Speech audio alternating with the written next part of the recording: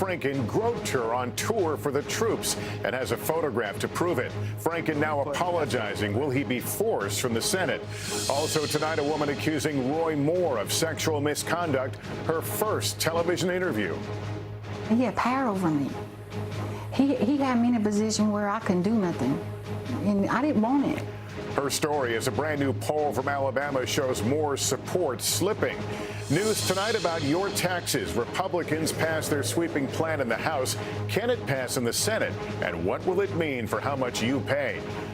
All-out manhunt for a killer tonight after a police detective, a father of 5, is fatally gunned down. And if you build it, they will come. That's what they're praying for at the nation's newest mega museum. Could we make the Bible really cool? And so that's what we're about. Hoping the faithful will flock to see it. This is NBC Nightly News with Lester Holt. Good evening, and thank you for being here. The eye-opening list of powerful men outed for sexual misconduct now includes a sitting U.S. Senator, Minnesota Democrat Al Franken, a former comedian, admitting tonight there was nothing funny about how he sexually humiliated a former model and fellow performer during a 2006 USO tour for troops in the Middle East. Her story backed by this photo of Franken grinning and mugging for the camera at her expense. Nothing like that is ever funny. I mean, is it funny if he does that to your sister or your daughter or your wife? The woman, now a Los Angeles radio host, told her story today, and our Casey Hunt has much more.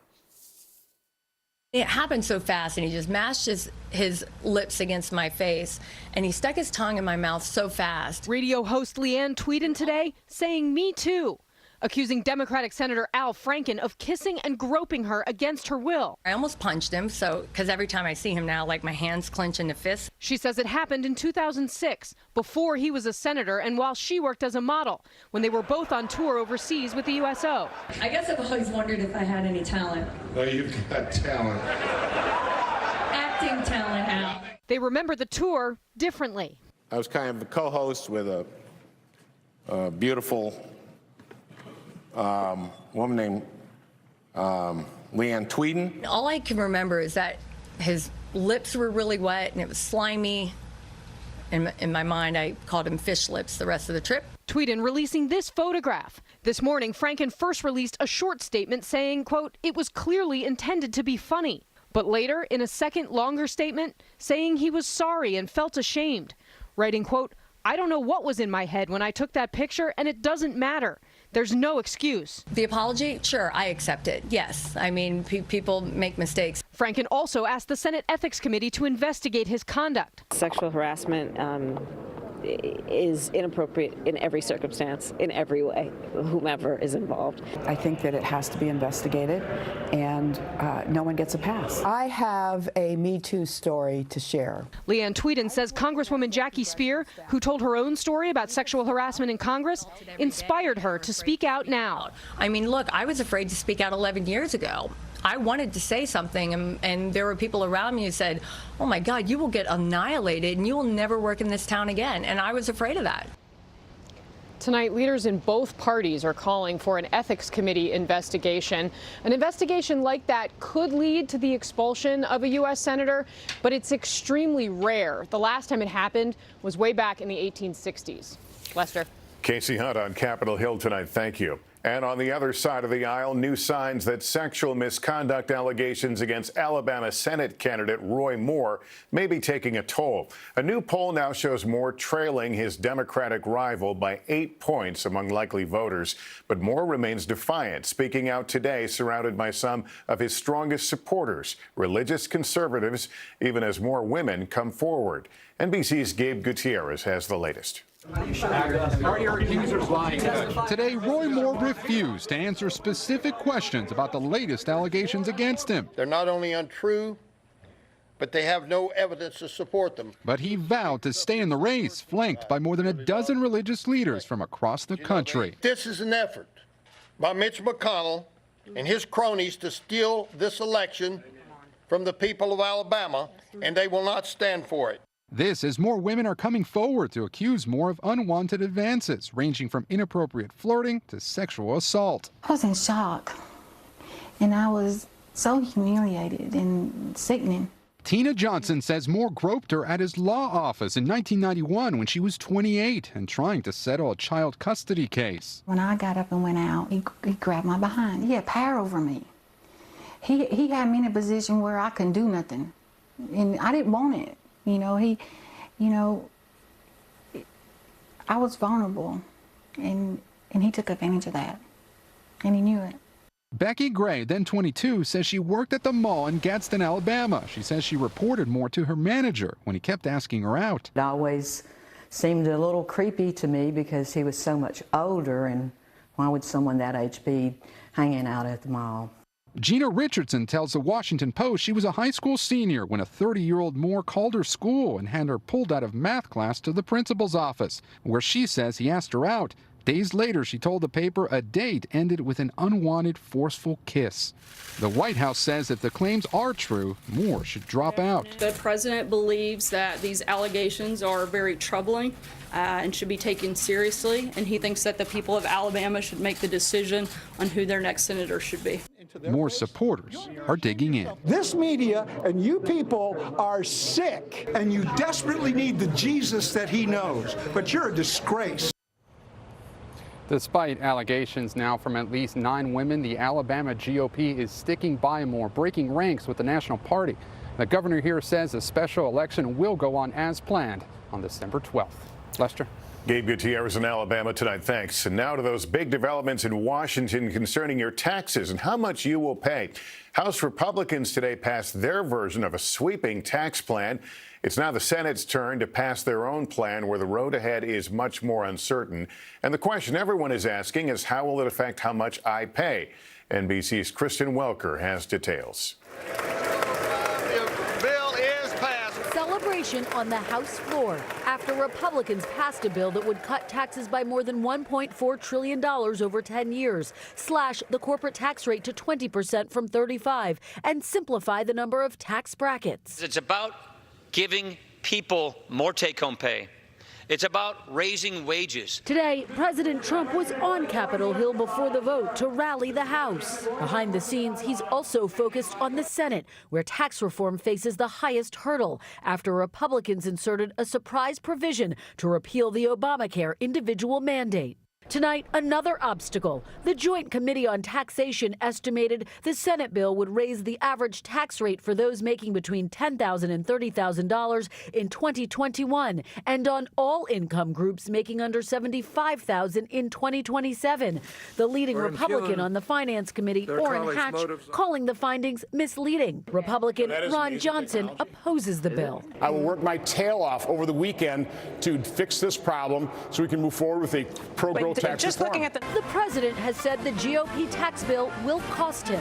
And it's not good for me, believe me. But according to an NBC News analysis based on Mr. Trump's leaked 2005 tax return, the House bill passed today would save the president more than $20 million, and his heirs could potentially save $1.1 billion. What they got to try to do is convince most Americans that this is not going to be just a sop to the wealthy, but that's going to help the middle class, and that is going to be a hard sell given what's in this bill.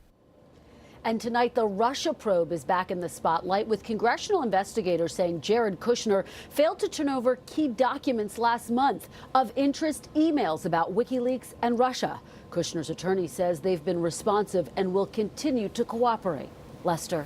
Kristen Welker at the White House. Thank you, Kristen. Following more than a week of deliberations, a judge today declared a mistrial in Senator Bob Menendez's bribery trial after the jury reported it was deadlocked. Menendez, a New Jersey Democrat, was accused of accepting expensive gifts in exchange for political favors. Prosecutors haven't said whether they will retry him, but the Senate Ethics Committee says it will reopen an inquiry. In Baltimore tonight, police are on the hunt for a killer of one of their own, someone who pointed a gun and shot a homicide detective in the head, killing a beloved father of 5. It's another tragic death in a city that has already seen over 300 homicides for the 3rd year in a row. NBC's Tom Costello is there.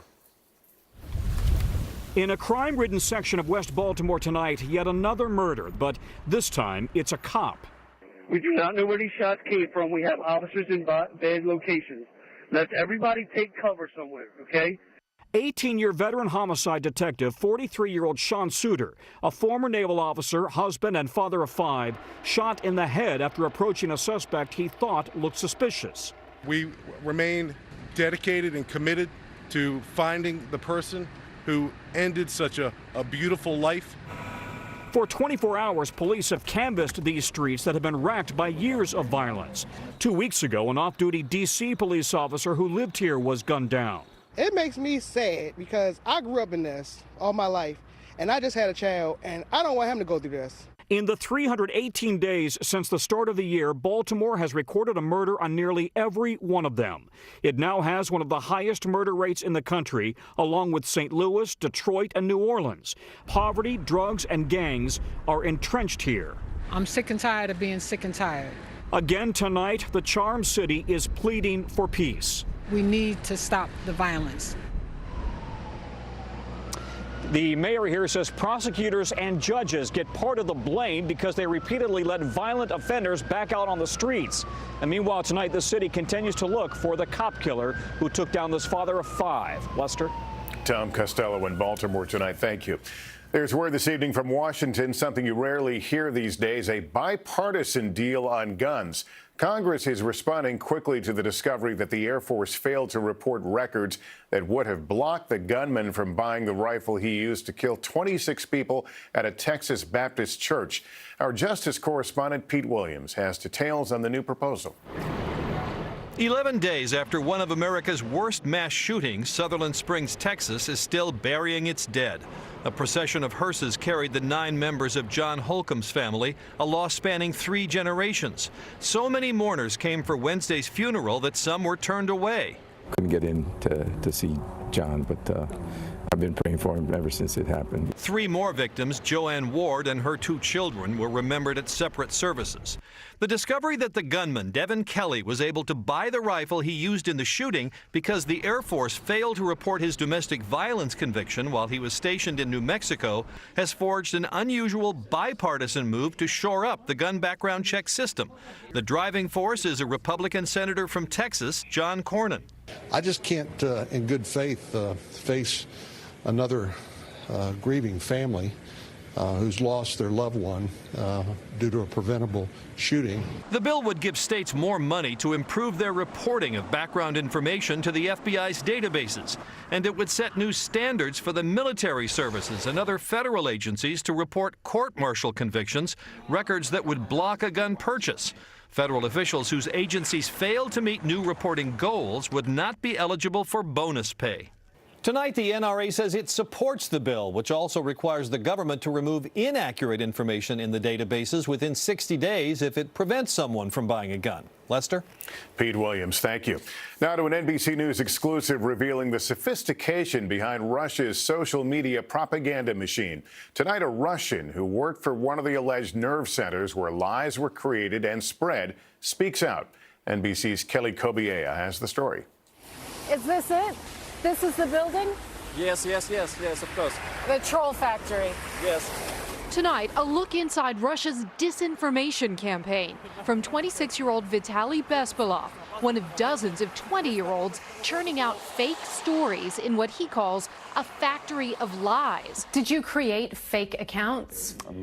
Yes, he says. Bespalov worked inside Russia's Internet Research Agency for 3 months in late 2014. He'd write up to 20 fake articles a day, spinning the war in Ukraine. That article would then be posted by a blogger and then be spread by someone in the social media department? That was one way, he says, or bloggers would write fake posts and he'd quote them in the articles. Facebook told Congress Russian trolls posted 80,000 items from January 2015 to August 2017, reaching more than 20 million in the United States. These troll farms can produce such a volume of content with hashtags and topics that it distorts what is normal organic conversations. We tried to ask about the alleged troll factory today. So what did he say? Oh, I would rather not know. Swearing. We were also told the business moved out over a year ago. So you believe that this operation was backed